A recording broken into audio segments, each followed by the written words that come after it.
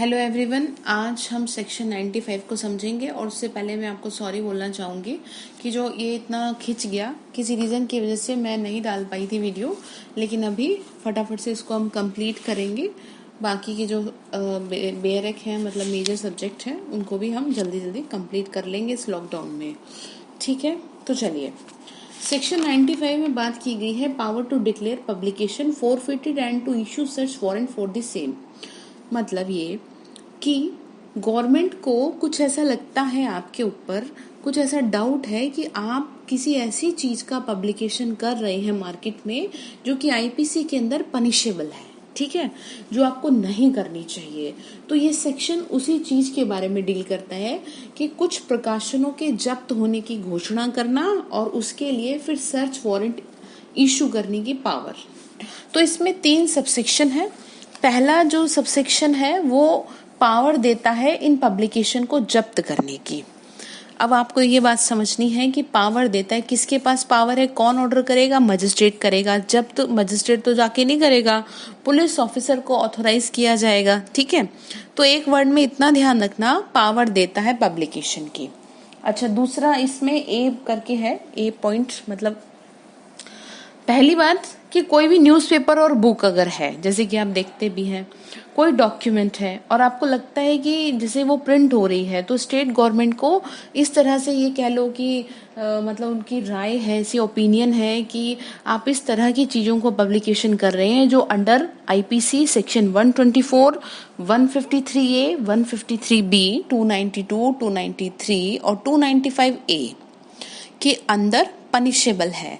ऐसा कोई डॉक्यूमेंट और बुक है एक्सेट्रा। ठीक है, तो स्टेट गवर्नमेंट क्या करेगी, एक नोटिफिकेशन के जरिए ये बताएगी सबसे पहले कि उसकी ऐसी राय क्यों है। ठीक है, फिर क्या करेगी, सबसे पहले नोटिफाई कर दिया, फिर गवर्नमेंट उसको फोरफिट कर लेगी। जो भी बुक्स या जो भी आपने पब्लिश किया या जो हो रहा होगा वहां पे पब्लिकेशन उसको पब्लिश कर लेगी और उसके बाद कोई भी पुलिस ऑफिसर उसको सीज कर सकता है। ठीक है, कहीं पर भी मिल जाए, ऐसा नहीं है कि किसी एक ही स्टेट में मिल रही है, कहीं पर भी मिल जाए विद इन इंडिया के अंदर। ठीक है, इंडिया के अंदर हो, किसी भी प्लेस में हो, लेकिन इंडिया के अंदर हो। और कोई भी मजिस्ट्रेट क्या कर सकता है, इस चीज के लिए किसी भी पुलिस ऑफिसर को ऑथोराइज कर सकता है, लेकिन याद यहाँ पर ये रखना है कि वो एसआई की रैंक से नीचे का नहीं होना चाहिए। ठीक है, और फिर वो क्या करेगा, तो वो किसी भी प्लेस में या कहीं किसी भी प्रोमाइसेस में घुस सकता है सर्च करने के लिए, अगर उसके पास सर्च वारंट है, ढूंढ सकता है। तो जहां पर भी उसको सस्पेक्ट लगता है, जहां पर भी शंका है कि यहाँ कुछ गड़बड़ है, कुछ मिल सकता है, तो वो क्या करेगा, उस प्रोमाइसेस में घुस जाएगा, चला जाएगा और वहां पे जाके सर्च करेगा। तो फिर मजिस्ट्रेट पुलिस ऑफिसर को अथॉरिटी दे सकता है इस चीज के लिए कि ठीक है भाई, आप जाओ। अगर आपको ऐसा लगता है कि भाई यहाँ पर आपको कुछ मिल सकता है, कुछ सस्पेक्ट है, तो छापा मार देते हैं, जैसे आपने देखा होगा कई बार। तो यहाँ पर बात यही है कि वो फोरफिट कर लेंगे। सबसेक्शन 2 कहता है कि ये जो सेक्शन है ना,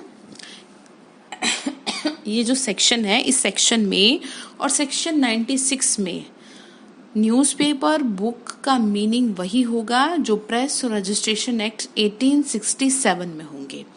इसका बी कहता है डॉक्यूमेंट में आप किस किस चीज को इंक्लूड करेंगे, पेंटिंग, ड्राइंग और फोटोग्राफी और कोई भी विजिबल रिप्रेजेंटेशन है तो वो डॉक्यूमेंट में इंक्लूड कर सकते हैं। ये एक एक पॉइंट आप याद रखेंगे, प्री में पूछ लेता है कई बार। ठीक है, सबसेक्शन 3 कहता है कि अगर आपको इस मतलब इस 4 फीचर से कोई प्रॉब्लम है या आपको लगता है कि जी आपके साथ कुछ गलत हो रहा है, इस तरह का कोई ऑर्डर अगर हो गया है, तो आपके पास कोई रेमेडी नहीं है सिवाय 96 को छोड़ करके। ठीक है, कोई भी ऑर्डर हुआ है, किसी भी एक्शन, कोई भी एक्शन हुआ अगर इस चीज से रिलेटेड, तो आप कहीं नहीं जा सकते, सिर्फ 96 में जाएंगे। अब 96 क्या है, 96 हम आगे देखेंगे। 96 में रेमेडी दी गई है, किस चीज की रेमेडी, कि जो डिक्लेरेशन आपका यहाँ पर हो रहा है, जो 4 फीचर आपका यहाँ हो रहा है, वो आप हाई कोर्ट में एप्लीकेशन लगाएंगे जिस साहब इसको क्या कर दिया जाए, सेट असाइड कर दिया जाए। Is it clear? तो अब सेक्शन 96 को हम आगे समझ लेते हैं।